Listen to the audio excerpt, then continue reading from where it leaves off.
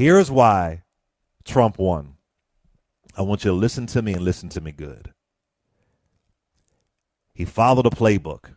Mm-hmm. He followed it and expanded it. It was the playbook of Richard Nixon. It was the playbook of Ronald Reagan. It was the playbook of George Bush. It was the playbook of his son. It's called the Southern Strategy. It's Mm-hmm. tactics you use to make people point the finger at the other versus the rich guy at the top. Mm-hmm. Lyndon B. That's Johnson true. said it. If I can convince the lowest white man that a colored man is picking his pockets, he'll empty his pockets for you, right? Mm-hmm.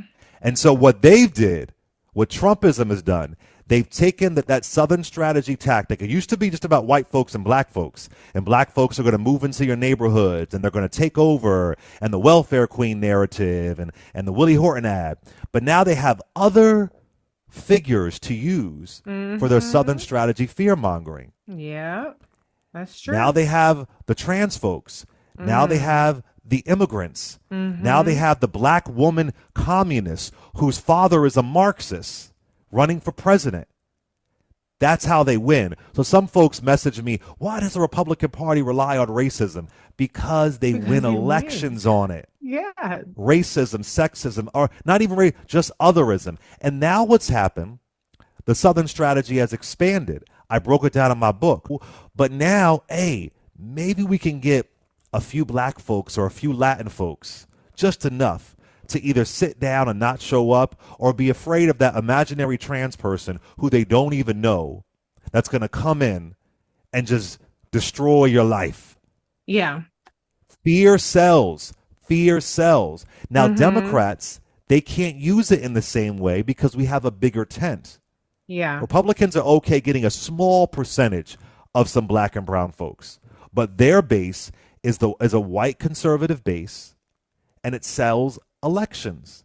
I know y'all may call and no, it's because I'm fiscally conservative. That's a lie. Trump Mm-hmm. skyrocketed the deficit. Absolutely. Sure did. Clinton balanced the budget.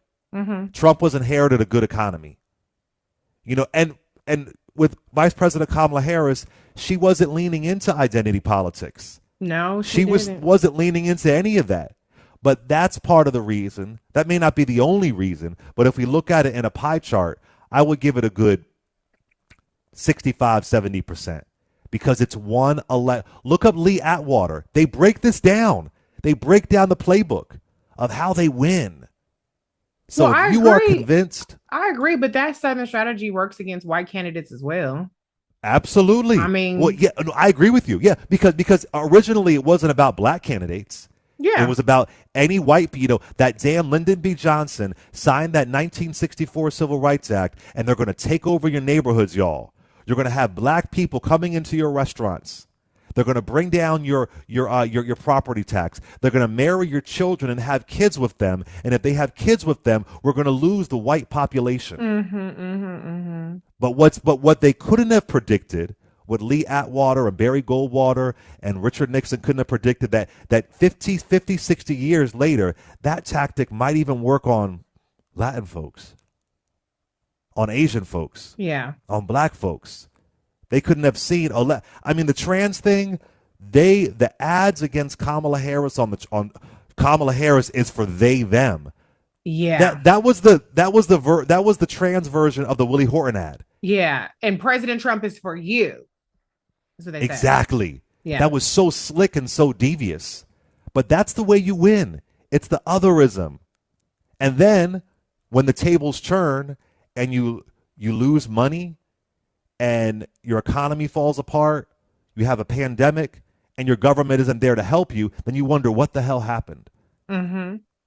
That's why I was telling people, don't let them press your bigotry buttons. Don't let them press your bigotry buttons. And for some Yeah. people, it made them apathetic or sit on the couch, and it made other people, like according to exit polls, that the data might change. I want to remind people that a lot of Latin men, especially this Mm-hmm. woman is going to be she's weak. They kept on calling her weak. She wasn't smart. Southern Strategy 2.0. 2.0. I agree with you. The Southern strategy is 100% why they won. 100% why they won. Um, their voters.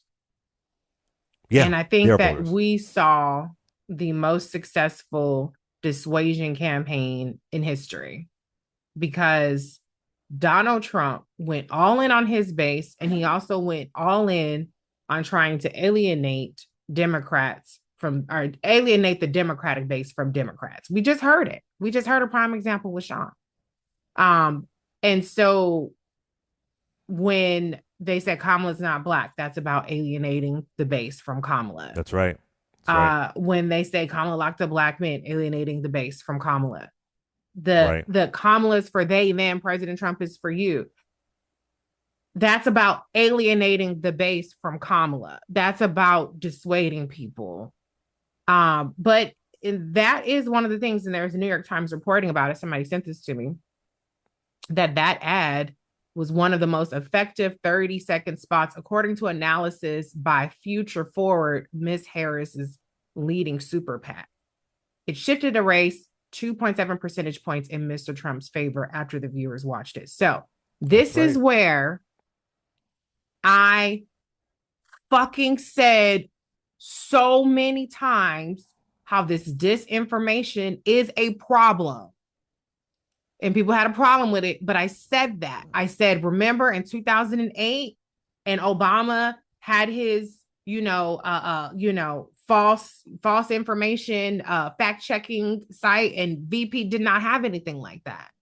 And they never, ever, ever challenged any of the disinformation about her. They never challenged any of the talking points that were negative around her. They ran these ads, and it's one thing I would almost forgive if this was according to Donald Trump's PAC, but you mean to tell me that the Democrats knew that this shit was bad and they never had an answer for it? That's crazy.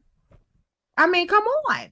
So the Democrats have to, again, I'm not trying to criticize VP, because all these things, you can add up 100 things you could have done different, and maybe it gets to the W, or maybe none of it would have mattered.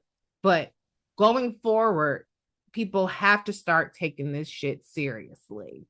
They have to start owning the fucking message. They have to start countering the messaging. They have to start putting out some proactive messaging against they won't, the Republicans. Reese, they're done. They're done. You can say that, but I'm still going to say that's what they have to do. No, I agree with you. But I'm saying they go into the 1990s Democrats. I know, but and you know what? And then it's going to be 30 years before we get Democrats back in office, unless we have an exceptional candidate like a Barack Obama 2.0 or something like that. But the reality is that this election is a prime example of how much ground Democrats cede to Republicans, and how information is even disseminated, and how narratives are allowed to just proliferate and take root, and they don't even try to even bother to counter it in any kind of meaningful way with the same zeal that Republicans have been putting it out there. And that's a problem. That's a huge problem. Yeah. I also think, Reese, I don't think they know how to counter it. I mean, you could put out all the facts. It's insidious. It's emotional. It's fear. It has all the elements of why the Willie Horton ad sold so well in 1988. For folks that don't know, look it up. There was this ad by George Bush saying that this black man is being released on a weekend furlough program and killing all these people, right? And Michael Dukakis had no idea how to combat it. No one's been able to figure it out. The only one that did it right was President Barack Obama. But here's the thing: is you can't have an information vacuum. You can't have just, oh, well, I don't know. We don't know what's going to work. Well, let's poll test some shit, but never actually roll out a fucking response to anything. There's an information vacuum. There's a disinformation that is just a fucking massive overflow. And then there's nothing on the other side.